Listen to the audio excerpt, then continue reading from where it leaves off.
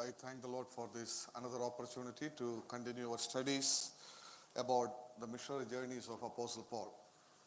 பவுலுடைய ஊழிய பிரயாணங்களை குறித்த நம்முடைய பாடத்தை தொடர்ந்து படிப்பதற்கு தேவன் கொடுத்த நல்ல வாய்ப்புக்காக நான் தேவனுக்கு நன்றி செலுத்துகிறேன். Now we are considering the second missionary journey. இரண்டாவது ஊழிய பிரயாணத்தை குறித்து நாம் தியானித்து கொண்டு வருகிறோம். So where are we now? இப்பொழுது நாம் எங்கே இருக்கிறோம்? Yes, we are at Philippi. பிலிப்பி பட்டணத்தில் என்ன நடந்தது? Paul meets Lydia. பவுல் லீதியாளை சந்திக்கிறார். Isn't it? That is what we have been looking at in the last session. கடந்த வகுப்புகளிலே அந்த காரியத்தை தான் நாம் பார்த்து கொண்டிருந்தோம். In Acts chapter 16 verse 12 to 15, let us read those verses. அப்போஸ்தலர் 16ஆம் அதிகாரம் 2 இருக்கிறவளும் தேவனை வணங்குகிறவளுமாகிய லீதியாள் என்னும் பேருள்ள ஒரு ஸ்திரீ கேட்டுக்கொண்டிருந்தாள். பவுல் சொல்லியவைகளை கவனிக்கும்படி கர்த்தர் அவள் இருதயத்தை திறந்தருளினார். அவளும் அவள் வீட்டாரும் ஞானஸ்நானம் பெற்ற பின்பு அவள் எங்களை நோக்கி, நீங்கள் என்னை கர்த்தரிடத்தில் விசுவாசம் உள்ளவள் என்று எண்ணினார் என் வீட்டிலே வந்து தங்கியிருங்கள் என்று எங்களை வருந்து கேட்டுக்கொண்டாள். Yes, I have already explained why they were on the riverside and why this missionary team went into those riverside etc.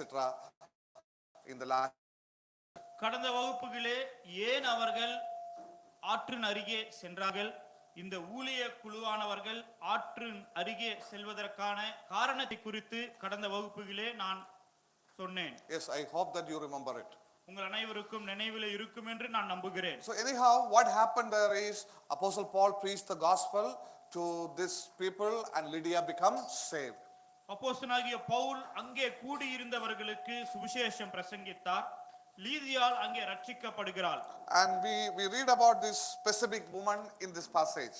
குறிப்பிட்ட ஒரு ஸ்திரீயை குறித்து இந்த பகுதியிலே நாம் வாசிக்கிறோம். Now this Lydia, she became a believer along with her rest of the household. இந்த லீதியாள் அவருடைய வீட்டார் அனைவரோடும் கூட சேர்ந்து விசுவாசத்திற்குள்ளாக வருகிறாள். Isn't it? That's what we see here. அப்படித்தானே நாம் இங்கே பார்க்கிறோம். So she was a business woman. அவள் வியாபாரம் செய்யக்கூடிய ஒரு பெண்ணாக இருந்தாள். She was a God fearing woman. தேவனுக்கு பயப்படக்கூடிய ஒரு ஸ்திரீயாக இருந்தாள். And the Lord spoke to her heart and she became a believer along with her household. கர்த்தர் அவளுடைய இருதயத்தோடு கூட பேசினார். அவள் தன்னுடைய குடும்பத்தாரோடு கூட விசுவாசத்திற்குள்ளாக வந்தாள். And that is what happened at this riverside. ஆற்றின் அருகே இந்த காரியம் தான் நடந்தது. Now what happened here is Lydia invited Paul and this missionary team to her home to stay with them. இங்கே லீதியாள் பவுலையும் அவரோடு கூட இருந்த ஊழியர்களை தன்னுடைய வீட்டிலே தங்கும்படியாக அழைத்தாள். So we know that was the beginning stage of the ministry in Europe. ஐரோப்பாவிலே ஊழியத்தினுடைய ஆரம்ப நாட்கள் இவைகள். The first church that came into being in Europe is the Philippi church. ஐரோப்பாவிலே ஸ்தாபிக்கப்பட்ட முதல் சபை பிலிப்பி சபையாக காணப்படுகிறது. So now this is the beginning days of the ministry in Philippi. பிலிப்பி பட்டணத்திலே ஊழியத்திற்கான ஆரம்ப நாட்களாய் இருந்தன. Now when the invitation came from Lydia, it must have been an encouraging thing, right? லீதியாவினிடத்திலிருந்து இந்த அழைப்பு வந்தபோது அவர்களை மிகவும் உற்சாகப்படுத்தக்கூடியதாக இருந்திருக்கும் இல்லையா? Is it? அப்படியா? Now we see that Apostle Paul did not accept the invitation first. Pavul எடுத்த உடனே அந்த அழைப்பை ஏற்றுக்கொள்ளவில்லை. Isn't it? இல்லையா? Right? When Lydia invited Paul and the team to her house, பவுலையும் அவரோடு கூட இருந்தவர்களை லீதியாள் தன்னுடைய வீட்டிற்கு அழைத்தபோது they did not suddenly accept the invitation to go along with them. அவர்களோடு கூட சேர்ந்து வீட்டிற்கு போவதற்கு உடனே அவர்கள் ஒத்துக்கொள்ளவில்லை. But we must have been in that place. We must have thought, anyhow, one place to stay. நாம் அவர்களுடைய இடத்தில் இருந்திருந்தால் போதும், நாம் தங்குவதற்கு ஒரு இடம் கிடைத்து விட்டது. Isn't it? இல்லையா? But Paul did not think like that. Pavul அப்படி நினைக்கவில்லை. And then what we read there, அங்கே என்ன வாசி that this Lydia was compelling them again and again to come along with them and stay with them. அங்கே லீதியால் அவர்களை வருந்தி மறுபடியும் மறுபடியும் கேட்டுக்கொண்டிருக்கிறாள் அவளுடைய வீட்டிலே வந்து தங்கும்படியாக. Isn't it? இல்லையா? But Paul Pavul refused. அவர் ஏற்றுக்கொள்ளவில்லை. But at the end we see Lydia used a very particular statement there. அங்கே கடைசியிலே லூதியால் ஒரு குறிப்பிட்ட காரியத்தை அவர்களிடத்தில் சொல்லுகிறாள். Look at verse 15. நீங்கள் என்னை கர்த்தரிடத்தில் விசுவாசம் உள்ளவள் என்று எண்ணினால் என் வீட்டிலே வந்து தங்கியிருங்கள். What he said? அவள் என்ன சொல்கிறாள்? She pursued by saying that if you consider me as a believer in the Lord, come with me and stay with me. நீங்கள் என்னை கர்த்தரிடத்தில் விசுவாசம் உள்ளவள் என்று எண்ணினால் என் வீட்டிலே வந்து தங்கியிருங்கள் என்று எங்களை வருந்தி கேட்டுக்கொண்டாள். Now no more he can refuse. இப்பொழுது அவரால் அதை மறுக்கவே முடியவில்லை. Yes, she is a rich woman. அவள் பணமுள்ள ஒரு ஸ்திரீ. She has very big facilities there. அவர்களுக்கு நல்ல சௌகரியங்கள் இருக்கின்றன. So missionary team can accept the facility and enjoy the facilities there. இந்த ஊழிய குழுவானவர்கள் அந்த சௌகரியங்களை ஏற்றுக்கொண்டு அங்கே இருந்து அனுபவிக்கலாம். But he did not choose that. ஆனால் பவுல் அதை தெரிந்து கொள்ளவில்லை. But finally we see that the woman was persuading them by saying that if you consider me as a believer in the Lord, come with me. ஆனால் அந்த ஸ்திரீ அவர்களை வருந்தி நான் கர்த்தருக்குள் விசுவாசம் உள்ள ஒரு விசுவாசியாக நீங்கள் நினைத்தால் என் வீட்டிலே வந்து தங்குங்கள் என்று கேட்டுக்கொண்டார். That's the beauty of the Christian relationship. கிறிஸ்தவ உறவிலே இருக்கக்கூடிய அற்புதமான காரியம் இது. Yes, it is not because some favor happened in the life of Lydia, therefore I should be benefited out of. லீதியாவுடைய வீட்டிலே ஒரு நன்மை நடந்திருக்கிறது, அதிலிருந்து நான் என்ன பலன் பெற வேண்டும் என்று இருக்கக்கூடாது.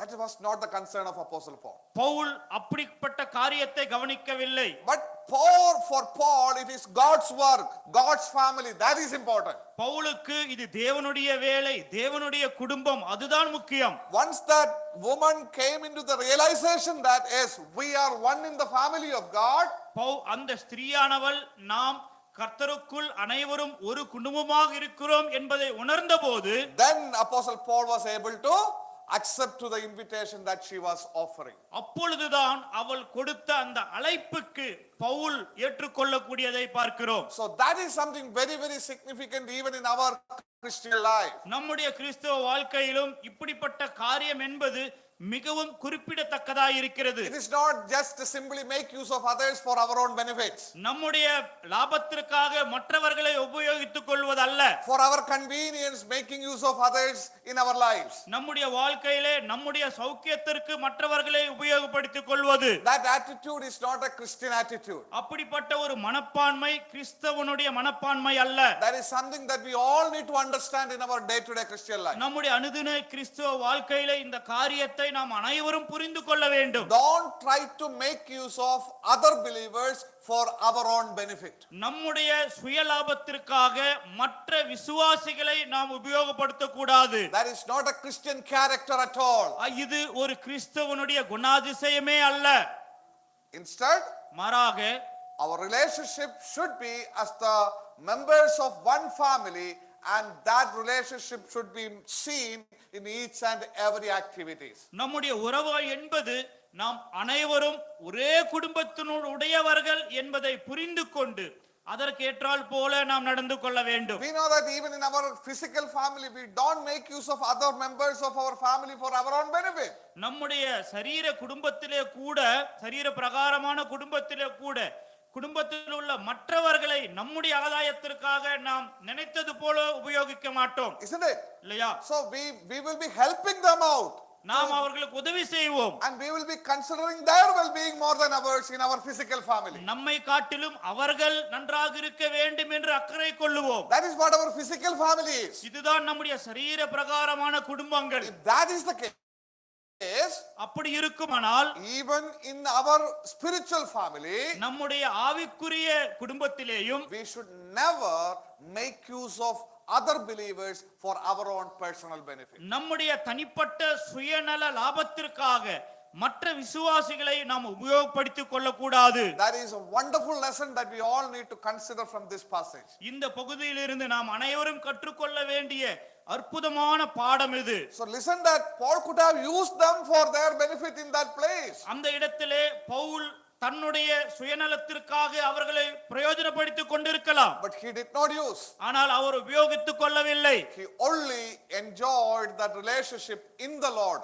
as one in the family of God. கர்த்தருக்குள் தேவனுடைய குடும்பத்திலே ஒரு குடும்பமாக இருக்கிறோம் என்பதிலே தான் அவர் குறியாக உபயோகப்படுத்திக் கொண்டார். So that is something to be noticed, very especially from this important incident that happened at Philippi. பிலிப்பியிலே நடந்த இந்த முக்கியமான சம்பவத்திலே இந்த காரியத்தை நாம் கவனித்து பார்க்க முடியும். And then while Apostle Paul and the team was in Philippi, அப்போஸ்தலனாகிய பவுலும் அவருடைய ஊழிய குழுவும் பிலிப்பி பட்டணத்தில் இருந்தபோது, and in the next few verses we read about a demon possessed slave girl. அதற்கு பிற்பாடு நாம் பார்க்கும் பொழுது ஒரு அசுத்தாவி பிடித்த அடிமை பெண்ணை குறித்து நாம் பார்க்கிறோம். We see that Paul and Silas met a slave girl who was demon possessed.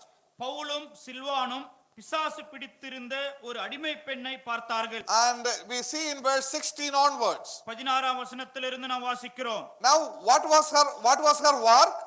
அவள் பிசாசினுடைய உதவினாலே குறி சொல்லக்கூடியவளாக அவள் காணப்பட்டாள். And from that fortune telling she was making lot of money. அந்த குறி சொல்லக்கூடிய அந்த காரியத்தினாலே அதிகமான பணத்தை சம்பாதித்துக் கொண்டிருந்தாள். Now we see about a racket there, isn't it? அங்கே ஒரு ஒரு ஊழலை குறித்து நாம் பார்க்கிறோம் இல்லையா? So today we see that beggars and the rackets behind them. Beggars. Racket. Racket means The team, the owners behind them. இன்றைக்கும் கூட தெருக்களிலே பிச்சை எடுத்துக் கொள்கிறவர்களுக்கு பின்னாக ஒரு பெரிய தலைவர்கள் இருப்பார்கள். Right, they will have a racket and they will send these beggars to beg and get the money, and then these people will make use of that money. அவர்கள் இந்த பிச்சைக்காரர்களை பிச்சை எடுக்கும்படியாக நாம் பார்க்கும் பொழுது The owners were making கொண்டு வந்தால், isn't it? Look at that verse 17 there. 17ஆம் வசனத்தை பாருங்கள். அவள் பவுலையும் எங்களையும் பின்தொடர்ந்து வந்து, இந்த மனுஷர் உன்னதமான தேவனுடைய ஊழியக்காரர், ரட்சிப்பின் வழியை நமக்கு அறிவிக்கிறவர்கள் என்று சத்தமிட்டாள். Yes, and in verse 18, 18ஆம் வசனம், இப்படி அநேக நாள் செய்து கொண்டு வந்தாள்.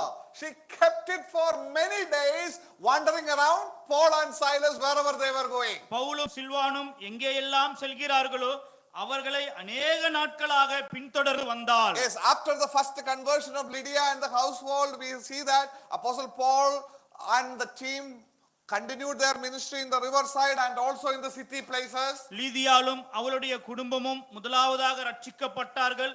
அதை தொடர்ந்து பவுலும் அவரோடு கூட இருந்தவர்கள் ஊழியத்தை அந்த பட்டணத்திலே தொடர்ந்து செய்து கொண்டு வந்தார்கள். Now this demon possessed woman was walking around them wherever they were and shouting something very specific.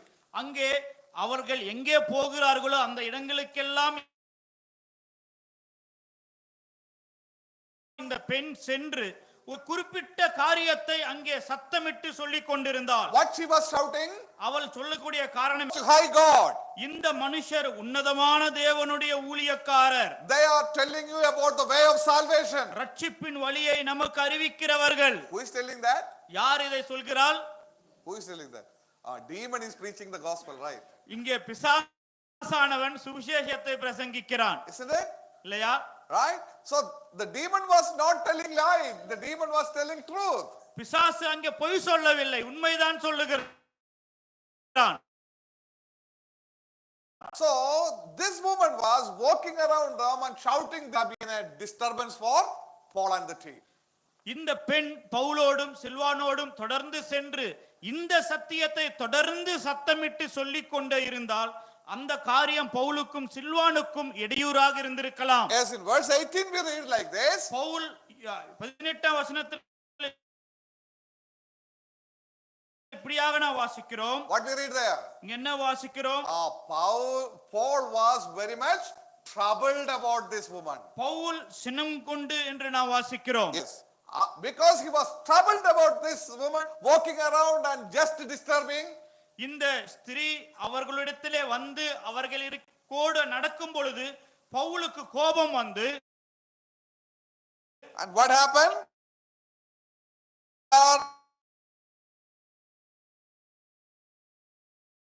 அங்கே இழந்து போனார்கள். Now she cannot. அங்கே இழந்து போனார்கள். Now she cannot act as a fortune teller anymore.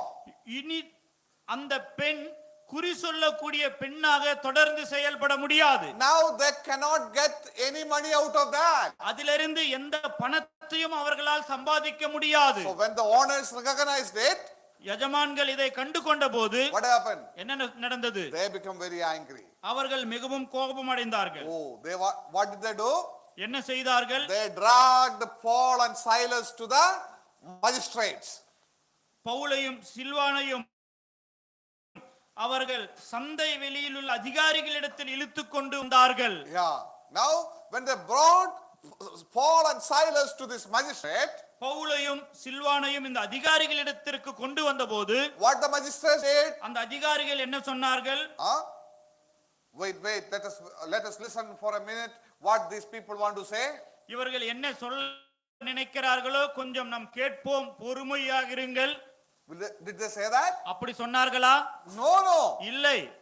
By looking at the people and how the crowd was angry about Paul and Silas, பவுலையும் சில்வானையும் பார்த்து அந்த மனிதர்கள் எவ்வளவு not find out what is the issue at all. அந்த அதிகாரி பிரச்சனை என்ன என்பதை குறித்து கேட்கவே இல்லை. They were not trying to sort it out and settle the issues. அந்த பிரச்சனைக்கான தீர்வை கண்டுபிடிக்க அவர்கள் முயற்சிக்கவில்லை. So what happened? மாறாக என்ன செய்தார்கள்? They beaten them up with the rods அவர்களை அங்கே அடித்தார்கள் and thrown them into the jail. அவர்களை சிறைச்சாலையில் அடைத்து விட்டார்கள். Do you understand that? So that is what happened here at Philippi. பிலிப்பி பட்டணத்தில் இதுதான் நடந்தது. We know that even before Paul had been beaten up and persecuted, Pavul அங்கே அடிக்கப்பட்ட imprisonment, அவர்களுடைய சிறையிருப்பை குறித்து நாம் பார்க்கும் பொழுது, we need to understand that சிறையிருப்பை குறித்து நாம் பார்க்கும் பொழுது we need to understand that it was a very cruel kind of imprisonment that was granted to them. அவர்களுக்கு கொடுக்கப்பட்ட அந்த தண்டனை என்பது மிகவும் கொடூரமான ஒரு தண்டனை. They were just imprisoned like the criminals of that day. அந்த நாட்களிலே இருந்த கொடிய குற்றவாளிகளை போல அடைக்கப்பட்டார்கள். Each moment they were going through too much of pain on their body because of the kind of imprisonment that was granted. அவர்கள் சரீரத்தினுடைய ஒவ்வொரு அசைவுக்கும் பயங்கரமான வலியை அவர்கள் அனுபவித்துக் கொண்டிருந்தார்கள். ஏனென்றால் அப்படியாக அவர்கள் அடைக்கப்பட்டிருந்தார்கள். Now as they were going through such a pain and persecution and difficulties, இப்படிப்பட்ட பாடுகள், துன்பங்கள், கஷ்டங்களை அவர்கள் அனுபவித்துக் கொண்டிருந்த போது what happened there? அங்கே என்ன நடந்தது? They started to sing songs unto the Lord. அவர்கள் தேவனை துதித்து பாட ஆரம்பித்தார்கள். Paul and Silas prayed unto the Lord in the midst of that serious persecution. அந்த கொடிய உபத்திரவங்களின் மத்தியிலேயும் பவுலும் சில்வானும் தேவனை நோக்கி ஜெபித்தார்கள். And they sung hymns unto the Lord. அவர்கள் தேவனை துதித்து பாடினார்கள். Now what happened here? இங்கே என்ன நடந்தது? When they were singing and praying, அவர்கள் பாடலை பாடி துதித்துக் கொண்டிருந்த போது other prisoners started to listen them. மற்ற அங்கே குற்றவாளிகள் அவர்களை பார்க்க ஆரம்பித்தார்கள். First time they are listening such kind of incident happening in the prison. முதல் முறையாக ஒரு சம்பவம் சிறைச்சாலையிலே நடப்பதை பார்க்கிறார்கள்.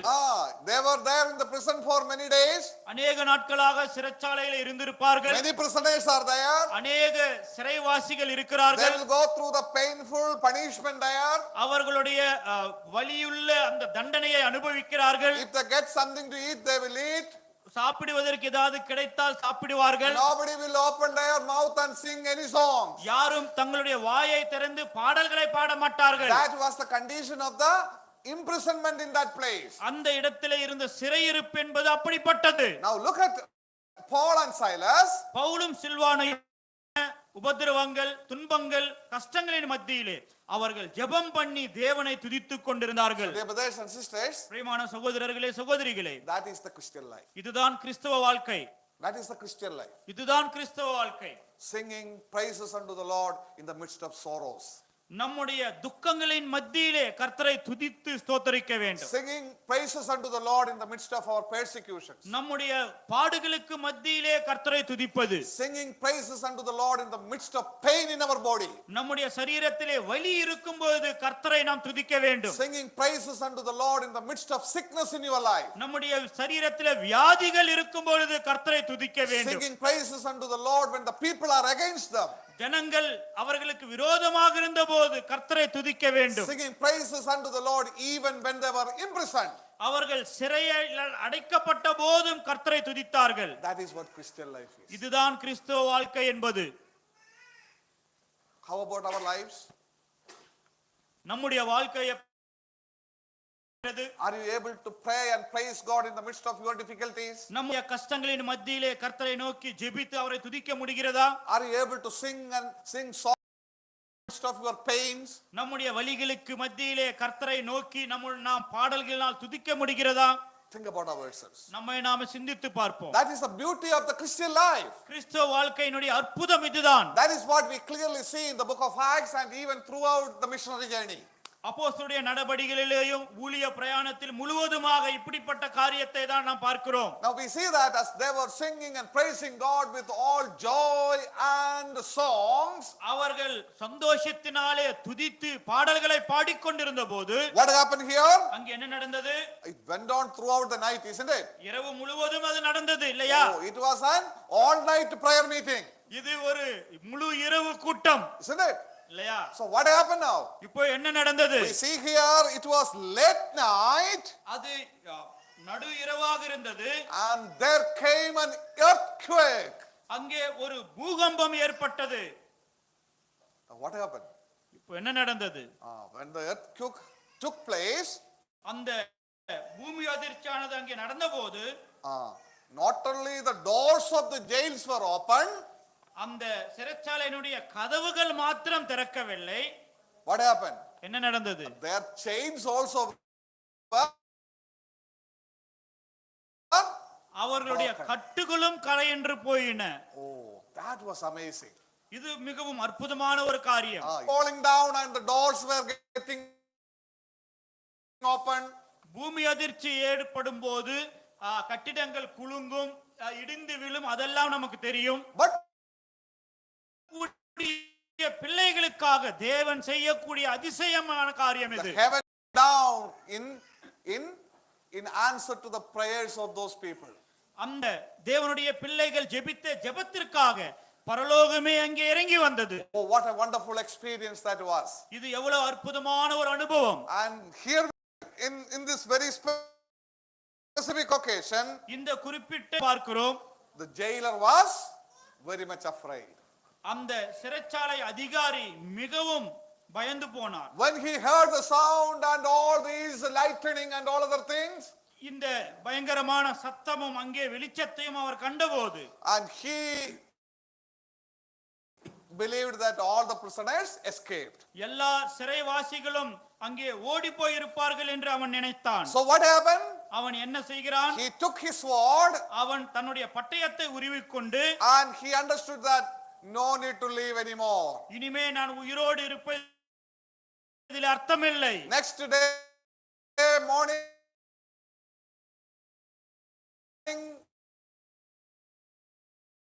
when the magistrate என்கொயரி நடக்கும் பொழுது what is going to happen? என்ன நடக்கும்? They will kill me. என்னை கொலை செய்து விடுவார்கள். All the prisoners are escaped. I will be killed. He immediately did himself. என்னை கொலை செய்து